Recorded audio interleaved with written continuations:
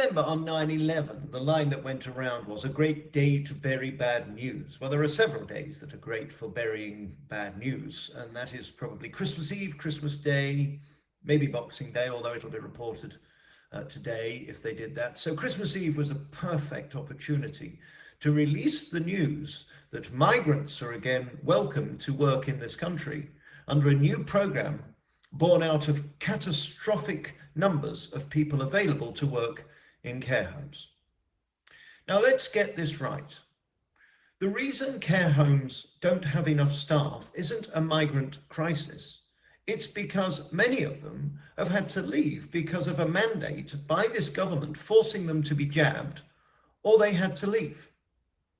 To disingenuously pretend that this health crisis for care has just piff, paff, poof come out of the blue is utter bullshit.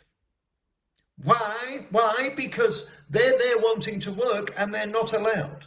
So what has happened is they've woke up after that November, was it 13th or something date where either 2 jabs or you're gone, and suddenly there's nobody to wipe asses. These angels that have been there for 2 years during a pandemic doing their job perfectly well, safely because they're tested. And if your argument is testing doesn't work, Boris, then that leaves you pretty fucked when it comes to, could you please take a test before you go to your Auntie Fanny's on Christmas? They either work or they don't work. Which one is it? So now we're in a position where we're seeing the chickens coming home to roost. And we're seeing these headless chickens running around going, well, hang on, we've got 14 patients here in this wing of the care home, and we've only got 1 staff for the next 36 hours. Right, what are we going to do? Right, go and get them back from Europe. As long as they're double pricked, they can come here, we'll waive their fees and bring them in. You know, this is a topper. You reap what you sow in life, and what we have reaped now is the sowing of contempt of carers and NHS workers. And this is the same thing that's about to happen at the end of March when the NHS lot go.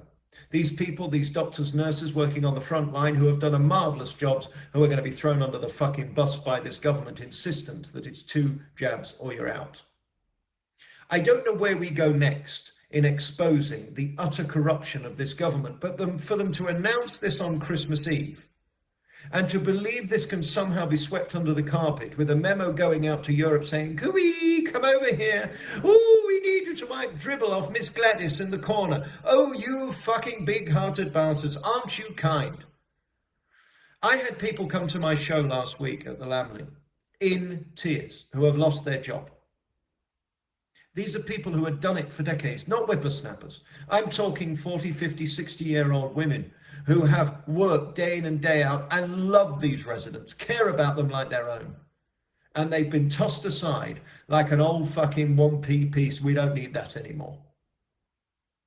And now what do? They go back to Europe. Boris, if you're looking to be voted out, this is a fucking perfect way to do it.